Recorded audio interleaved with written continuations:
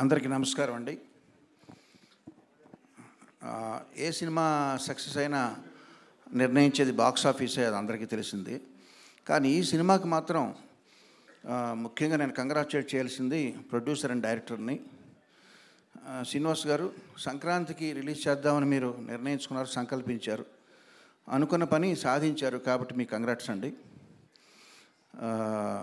విజయ్, సంక్రాంతికి రిలీజ్ చేద్దాం అనుకోవడమే కాదు, అలా అని చెప్పి వన్ ఇయర్ ముందు పెట్టే ప్రివిలేజ్ లేదు.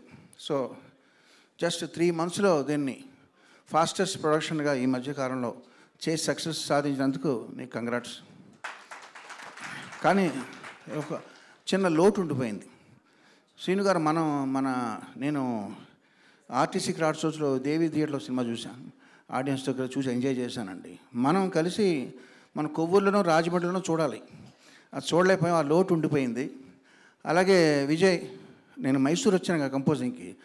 వచ్చినప్పుడు మనం కార్డ్స్ గేమ్ ప్లాన్ చేసాం, నువ్వు బాగా బిజీగా ఉన్నావు, సో మనం ఆడుకోలేకపోయాం, అదొక లోటు ఉండిపోయింది. But for that I'm very happy. మీ ఇద్దరికి కంగ్రాట్స్ చెప్పాలి, నాగార్జున గారికి కంగ్రాట్స్ చెప్పకూడదు, ఎందుకంటే ఆయనకు థ్యాంక్స్ చెప్పాలి.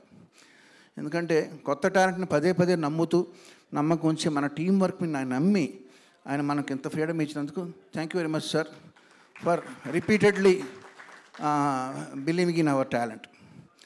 అండ్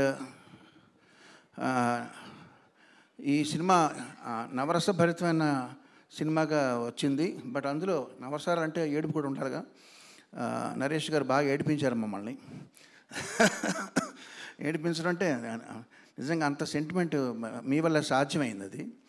అండ్ చాలా మూమెంట్స్ ఉన్నాయండి సినిమాలో, నాకు బెస్ట్ మూమెంట్స్. నాకు సినిమాలో బాగా ఒకటే పిక్ చేయమంటే నాకు ఇష్టమైన మూమెంట్ ఏంటంటే, ఆషిక హర్ష అడుగుతాడు, ఏంటి ఒక్క మర్డర్కి ఇంత డబ్బా అంటే, ఒకటని నేను చెప్పానా అంట.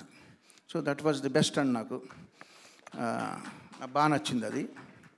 ఇక చంద్రబోస్ గారితో నా అనుబంధం ఇలాగే కొనసాగాలి మీ విషెస్ ప్రకారం నరేష్ గారు. ఈ ముఖ్యంగా నేను చెప్పేది ఏంటంటే, విజయ్ నాకు స్ట్రైక్ అయింది. అంటే మనం రోజు చూసేది మన ఇంటి పక్క చెట్టు, పెరట్లో చెట్టుకి విలువ లేదంటారు. అలాగా మనం ఎప్పుడు మనతోనే ఉంటారు కదా అని మర్చిపోయి ఓ పేరు. మన ప్రీ రిలీజ్ ఈవెంట్ని అంత చక్కగా కండక్ట్ చేసిన సుమా గారికి థ్యాంక్స్ చెప్పడం మర్చిపోయావు. ఓకే సార్, నీ బదులు నేను చెప్తున్నాను. ఇప్పుడు ఇది మూడు నెలల్లో కంప్లీట్ చేయాలన్నప్పుడు రికార్డింగ్ కూడా మాకు 10 రోజులు ఇచ్చారండి చేయమని. మామూలుగా అయితే మాకు రికార్డింగ్కి 2 months పడుద్ది. బింబిసార్కి 2 months చేసాం. సో దీనికి 2 months చేసే టైం లేదు. బట్ ఏం చేయాలి, ఇదివరకు రోజుల్లో మాకు సాంగ్స్ కానీ బ్యాక్గ్రౌండ్ స్కోర్ కానీ 50 మంది ఆర్కెస్ట్రా మినిమం ఉండి మాతో చేసేవాళ్ళు. రికార్డింగ్ అంటే 3 days. ఇప్పుడు 50 మంది 100 మంది చేసే పనిని కీబోర్డ్ ప్లేయర్లు అనబడే ప్రోగ్రామర్స్ వాళ్ళు చేయడం మొదలుపెట్టిన తర్వాత, ప్రోగ్రామర్స్ తల మీద ఎంత భారం పడుతుందంటే, నాకు ఒక్క కీబోర్డ్ ప్లేయర్ నాకు మెయిన్గా చేస్తాడు, జీవన్ తన పేరు. నేను జీవన్ నమ్ముకున్నానంటే, ఎవరది? Okay, thank you. నేను జీవన్ నమ్ముకుంటే ఈ సినిమా వరకు కుక్కతోక బట్టి గోదావరి ఈదినట్టే. అంటే జీవన్ కుక్కతోక కాదు, Jeevan is very talented. But 10 రోజుల్లో చేయడం అన్నది ఇంపాసిబుల్. సో నేను ఏం చేశానంటే, సరే 10 రోజుల్లో ఫినిష్ చేయాలి.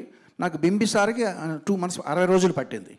సో మ్యాథమెటిక్స్ ప్రకారం 6 కీబోర్డ్ ప్లేయర్ కావాలి. సో నేను జీవన్తో పాటు ఇంకొక 5 రప్పించి వాళ్ళని రోజు తోమడం అనమాట. సరే, ఎంతైనా వాళ్ళు మనుషులే కదండి. సో వాళ్ళు కొంచెం స్ట్రెస్ ఫీల్ అవుతుంటే వాళ్ళకి పేమెంట్ ఒకటే కాదు, వాళ్ళకి కొంచెం వినోదం కూడా ఇవ్వాలని చెప్పి వాళ్ళు ఒకరోజు అసెంబ్లీ లోపల మన లోకేశ్వరు, సాహితీ చాగంటి హిందీ సినిమాలో పాటలు పాడారు వాళ్ళని రమ్మని ఒక కామెడీగా వాళ్ళని పొగుడుతూ ఒక వీడియో రికార్డ్ చేసి వాళ్ళకి చూపించాను. ఏదో పని ఒత్తిడిలో వాళ్ళకి చిన్న రిలీఫ్ అనమాట. సరదాగా మీరు ఆ వీడియో చూసి మీకు ఇప్పుడు అది విజయ్ చూపిస్తే, సార్ మీద రిలీజ్ చేద్దామండి, మనకు ప్రమోషన్ బాగుంటుంది, ఇది మన పర్సనల్గా చేసుకునేది, ఇది వద్దు అన్నాను. బట్ ఇప్పుడు సక్సెస్ అయిన ఆనందంలో ఆ వీడియో మీతో షేర్ చేసుకుంటున్నాను. Thank you very much.